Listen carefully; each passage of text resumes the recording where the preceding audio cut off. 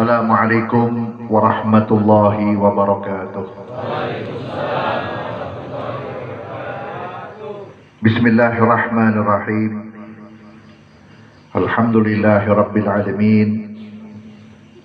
Wa bihi nasta'inu ala umuri dunya waddin. Wassalatu wassalamu ala sayyidil mursalin Sayyidina Muhammadin wa ala alihi wa sahbihi ajma'in. Allahumma salli ala nuril anwar wa siril asrar wa tiryakil aghyar wa miftahi babil yasar Sayyidina Muhammadin al-Mukhtar wa alihi al-adhar wa ashabihi al-akhyar adada ni'amillahi wa ifdalih. Qala Allah Ta'ala fi muhkam kitabih, wa ma arsalnaka illa rahmatan lil alamin. Wa qala sallallahu alaihi wasallam, kullu ummati yadkhuluna al-jannah illa man aba. Qila faman ya'ba ya Rasulullah? Qala man ata'ani dakhala al-jannah wa man asani faqad aba. Wa qala al-Imam Ali ibn Abi Talib karamallahu wajhah, falau kanatid dunya tadumu li wahidin lakana Rasulullah fiha mukhallada. Allahumma salli wa sallim wa barik alaihi wa ala alihi. Pertama yang saya hormati dan yang saya muliakan, Sahibul Bait Bapak Haji Rahmat, Bapak Haji Jalaluddin. Karena wasilah beliau kita dipertemukan oleh Allah di dalam acara mulia. Mudah-mudahan Sahibul Bait dan keluarga besar diberkahi oleh Allah, dipanjangkan umurnya oleh Allah, dan mudah-mudahan ke depan Rasulullah akan hadir di tempat kita. Sebetulnya acara ini akan berada di wilayah Bapak Sobur, akan tetapi Nabi Muhammad kepengennya di sini, Rasulullah kepengennya di rumah ini. Jadi apapun alasannya, tetap Nabi Muhammad ada di tempat ini. Tadi sudah disampaikan oleh Kiai Badrut Tamam, bagaimana orang yang rumahnya dibacakan maulid, bagaimana orang yang tempat tinggalnya dibacakan maulid, maka tempat ini akan dipadati oleh malaikat. Ma min baitin quri'a fihi maulidir rasul illa wa haffathumul malaikah wa mutawafuna bin nur. Apabila di satu tempat, apakah itu rumah, masjid, majlis taklim, pondok pesantren, apa saja yang dibacakan riwayat hidup Nabi Muhammad, sekalipun yang bacanya cuma 3 orang, maka tempat ini dipadati oleh malaikat yang jumlahnya lebih banyak daripada yang hadir. Karena jumlah malaikat bukan 10, lebih daripada itu. Untuk apa malaikat berdoyon-doyon ke rumah Bapak Haji Rahmat? Tidak lain untuk mengantar kehadiran Nabi Muhammad SAW. Jangan dikira kanjeng Nabi tidak ada di tengah kita. Jangan dikira Rasulullah tidak melihat wajah kita. Jangan dikira Nabi Muhammad tidak mengenal kita. Kenal, cuman kita belum ditakdirkan oleh Allah, belum diizinkan oleh Allah memandang Rasulullah. Mudah-mudahan nanti di yaumil qiyamah kita ketemu Rasulullah. Saudara-saudara hadirin yang saya hormati, pimpinan Majlis Dakwah Al-Adni, Akhilal Mahbub Ad-Da'i Allah wa Rasulih Al-Ustaz Muhammad beserta segenap jamaahnya, dan juga kepada segenap pengurus daripada Majlis Dakwah Al-Faraj yang dibawa pimpinan Bapak Sobur, Al-Ustaz UU, dan asatid yang lainnya yang saya hormati dan yang saya muliakan. Juga tidak terlupakan kepada Bapak Lurah kita. Ini Bapak Lurah kita, insya Allah kita doakan mudah-mudahan cepat jadi camat, pensiun jadi camat, jadi kiai. Memang dasarnya dasar kiai. Mudah-mudahan Allah berikan keberkahan oleh beliau, dan mudah-mudahan dipanjangkan umur dalam keadaan sehat wal afiah. Dan guru-guru kita, para habaib, baik yang dari Kuningan, baik yang dari Bogor, baik yang dari Jakarta, alhamdulillah disatukan, dihadirkan oleh Allah dengan wasilah Nabi Muhammad sallallahu alaihi wasallam.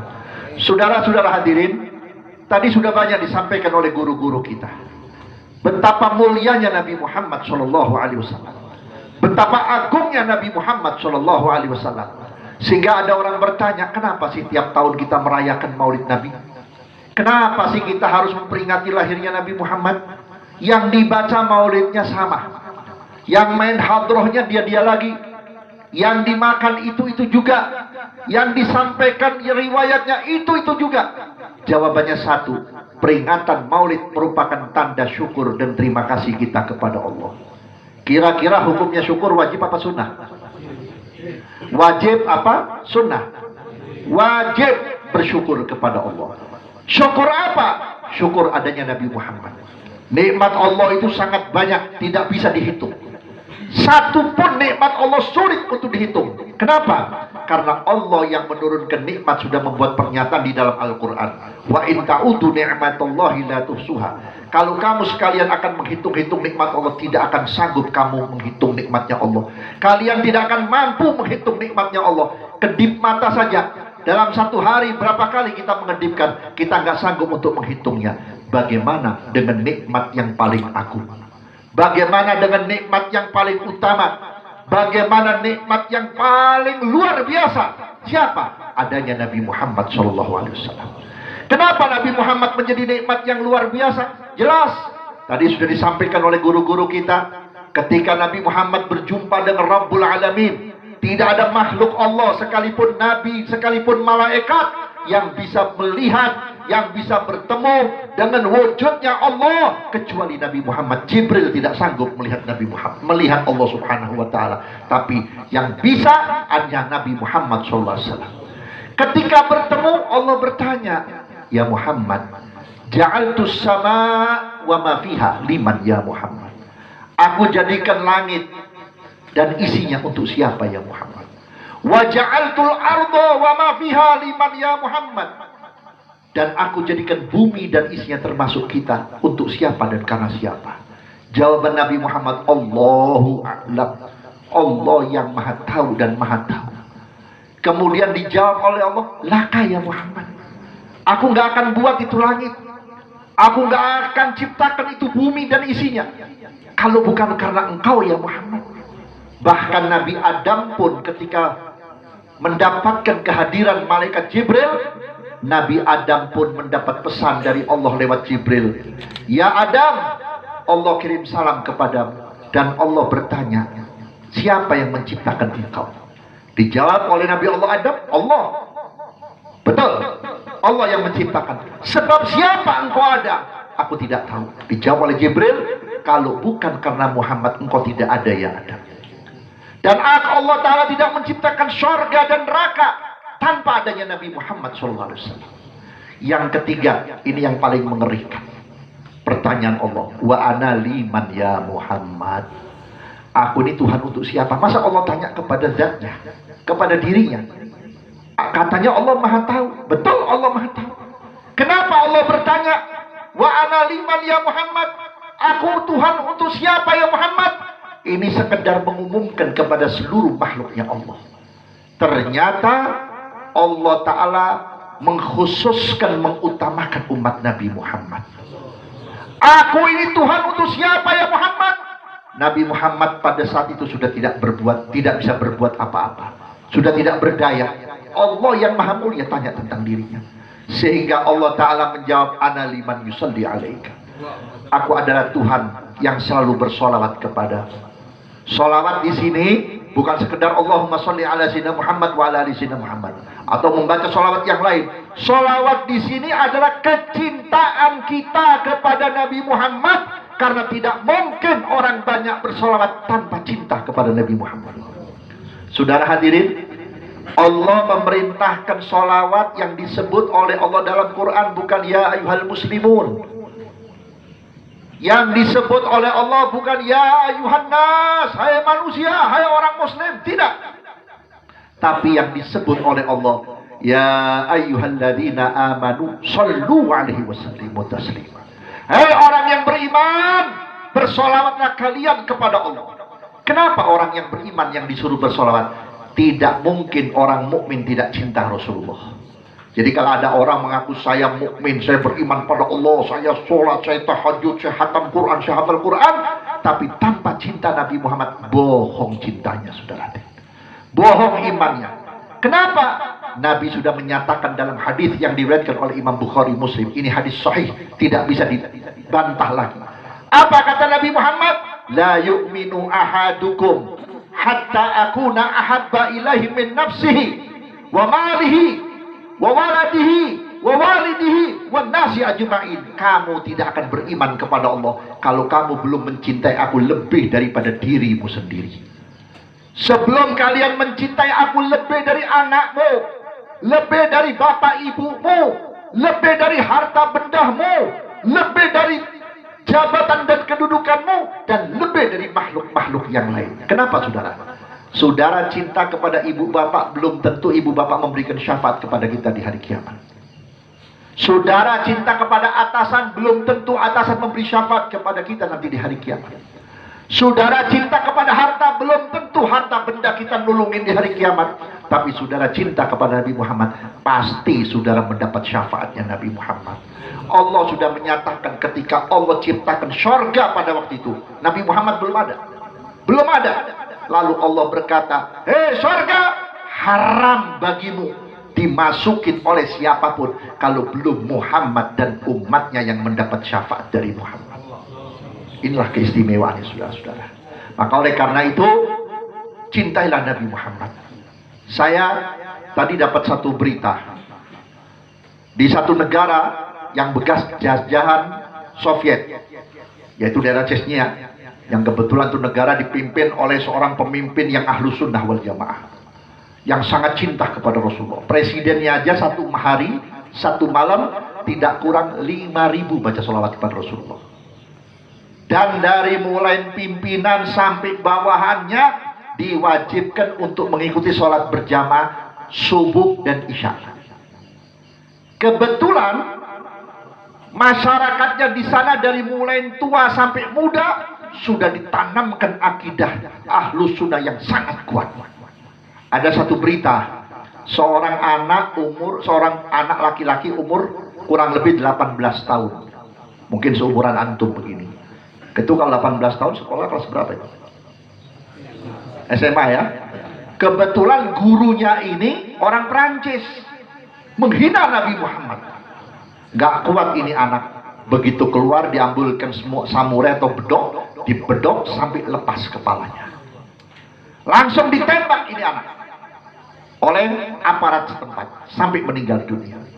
Ini pelajarannya. Kok seorang anak umur 18 tahun demi nabinya berani membunuh orang? Kita mendengar orang menghina Nabi Muhammad nggak ada tindakan sama sekali. Betul? Kamil, manusia sempurna itu karena tidak ada karakter-karakter yang dibuat oleh orang biasa.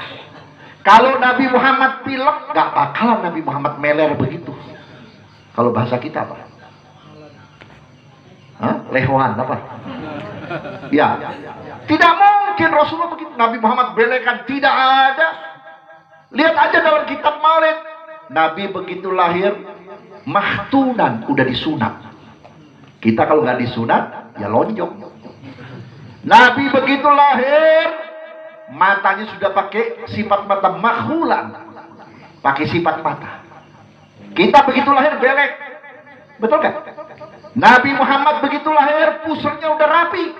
Kita kalau nggak ditutup uang gobangan, bodong kita punya pusar. Masa bisa sama dengan manusia biasa? Tidak, saudara-saudara. Nah, ini adanya di negeri kita. Saya kagum dengan negara tersebut, Pak. Sampai Allah anugerahkan tuh negara Chechnya, itu bekas komunis itu. Bekas komunis, bekas jajahan komunis. Saking diamal di sana ahlu sunnahnya nggak kayak kita. Ahlu sunnah. Di sana praktek. Masjid-masjid kalau isya penuh, hatta menterinya pada sholatnya. Subuh, polisinya, tentara sholat. Kenapa? Karena presidennya sudah bersumpah, kalian tidak sholat, aku copot hari ini karena kalian tidak mau bersujud pada Allah di waktu isya. Apa yang terjadi di negeri itu, saudara?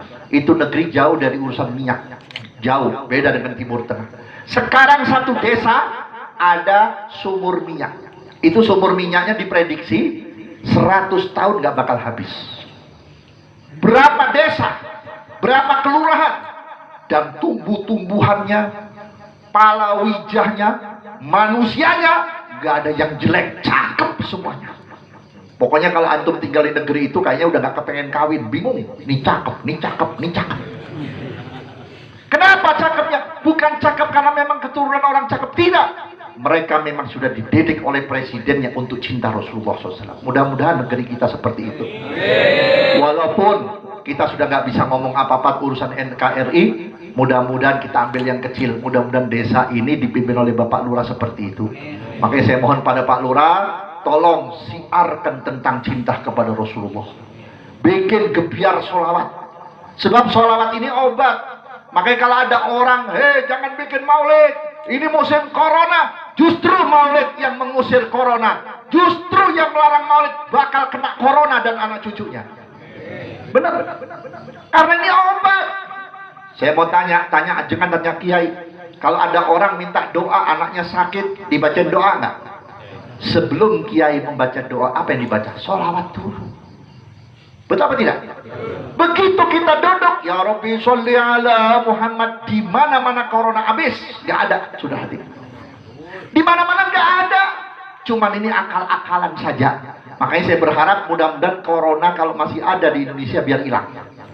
Tapi kalau sudah hilang masih dibilang ada, mudah-mudahan yang ngadain biar kena anak cucunya, insya Allah. Biar habis harta bendanya, siapapun apapun jabatannya, biar kena. Kenapa? Karena di Indonesia ini bukan negerinya presiden, bukan negerinya Soekarno dan Soeharto, apalagi Jokowi. Ini negerinya Wali Songo, saudara-saudara. Saya teringat Habib Salim bin Ahmad bin Jindak ketika didatangin oleh beberapa kiai di zaman penjajah. Habib, bagaimana ini Habib? Ini penjajah luar biasa, beres Belanda, Jepang, sekarang ini Habib Salim bilang, diam kalian. Kalian gak usah takut. Ini Indonesia, negerinya Wali Songo. Sunan Ampel tidak diam di dalam kuburnya. Sunan Cirebon tidak diam di dalam kuburnya. Habib Husin Warbatang tidak diam di dalam kuburnya. Habib Abdullah Kramat Empang tidak diam dalam kuburnya. Guru-guru kita, mama-mama kita, ajengan-ajengan kita minas solihin tidak diam di dalam kuburnya. Kenapa? Mereka tidak ridho anak cucunya dan murid-muridnya diganggu oleh orang-orang berkhianat kepada negeri ini. Didoakan, alhamdulillah. Coba lihat, 350 tahun Belanda tidak berhasil menguasai Indonesia. Jepang tidak berhasil menguasai Indonesia. PKI tidak berhasil menguasai Indonesia. Walaupun ada 1-2 yang kena, tapi mayoritas orang masih percaya kepada Allah, masih percaya kepada Rasulullah. Inilah berkah Nabi Muhammad. Dan saya pesan tadi kepada Bapak Jalaluddin, putra dari Bapak Haji Rahmat, insya Allah antum mengadakan maulid malam ini, usaha antum dimajukan oleh Allah, rezeki antum dilimpahkan oleh Allah. Tapi janji, kalau usaha antum lancar, usaha antum maju, rezeki antum banyak, jangan kapok ngadain maulid. Maulid gak perlu banyak orang Pak, 10, 15, 20, yang penting nyebut Rasulullah. Kenapa? Kita butuh hadirnya Nabi Muhammad di rumah ini. Kita butuh hadirnya Rasulullah di rumah ini. Begitu rumah ini diinjak oleh Nabi Muhammad, insya Allah jauh daripada bala, jauh daripada fitnah, jauh dari segala malapetaka. Dan saya doakan mudah-mudahan antum yang punya hajat dikabulkan oleh Allah, antum yang punya maksud dikabulkan oleh Allah Ta'ala. Begitu pula ibu-ibu yang di dalam barangkali punya niat, punya cita-cita, insya Allah dikabulkan oleh Allah Ta'ala. Dan doakan saya biar diangkat penyakitnya oleh Allah, dipanjangkan umur saya oleh Allah. Saya berniat dan berjanji untuk membina jamaah, membina jamaah. Saya tidak perlu murid banyak, saudara-saudara. 10 asal jadi orang benar daripada 1000 kagak benar, saudara-saudara. Kenapa? Karena kita butuh generasi-generasi. Saya udah tua, Ustadz Muhammad sudah tua, Ustadz Agus sudah tua, Ustadz Abdurrahman sudah tua, Ki Badrul Tamam apalagi lebih tua dari saya. Kita kepengen supaya ada cikal bakalnya. Coba tadi antum dengar apa yang dikatakan oleh Ki Badrul Tamam. Sekarang banyak ustadz-ustadz meninggal, kiai-kiai meninggal. Memang benar saudara-saudara, kalau ustadz kiai meninggal kayaknya kurang rame. Perhatian, ibu-ibu pada diem, udah tua, mungkin udah sakit-sakitan. Coba kalau artis meninggal dunia, kenal kagak, dapat duit enggak. Oh, diomongin karunyanya, masih muda, mana dia baru ini, terus ngomongin. Tapi ulama meninggal diem semuanya. Padahal Nabi mengatakan apa? Man lam yahzan bimautil alim fahuwa munafik. Orang yang tidak susah dengan wafatnya orang alim, maka dia orang munafik. Kenapa? Karena orang alim ini yang ngajarin kita mahabbah kepada Nabi Muhammad. Betul atau tidak? Kapan saudara ketemu Rasulullah? Kapan saudara bisa mimpi Rasulullah? Kok tiba-tiba cinta kepada Rasulullah? Kalau bukan karena orang-orang alim yang mengajarkan kita. Doakan guru-guru kita biar panjang umur, sehat walafiat. Mudah-mudahan kita dikumpulkan oleh Allah di majlis ini, dikumpulkan di mahsyar bersama Rasulullah. Wabil khusus saya doakan akhina fillah Ustaz Muhammad, mudah-mudahan panjang umur, afiat. Beliau capek dari mulai beliau masih SD, belum nikah sudah ikut mengikuti dakwah-dakwah saya. Alhamdulillah saya percayakan majlis dakwah Al-Adni kepada beliau, dan alhamdulillah dengan Al-Farad dikembangkan majlis dakwah Al-Adni di wilayah Sukabumi. Mudah-mudahan terus berterus, dan kita doakan Bapak Lurah mudah-mudahan jadi bapaknya majlis Al-Farad insyaallah. Walaupun di lurah ini tetapi sudah menjadi bapaknya Al-Farad, bisa jadi bapak di seluruh wilayah kecamatan dan kelurahan di mana saja. Akhirul kalam, assalamualaikum warahmatullahi wabarakatuh.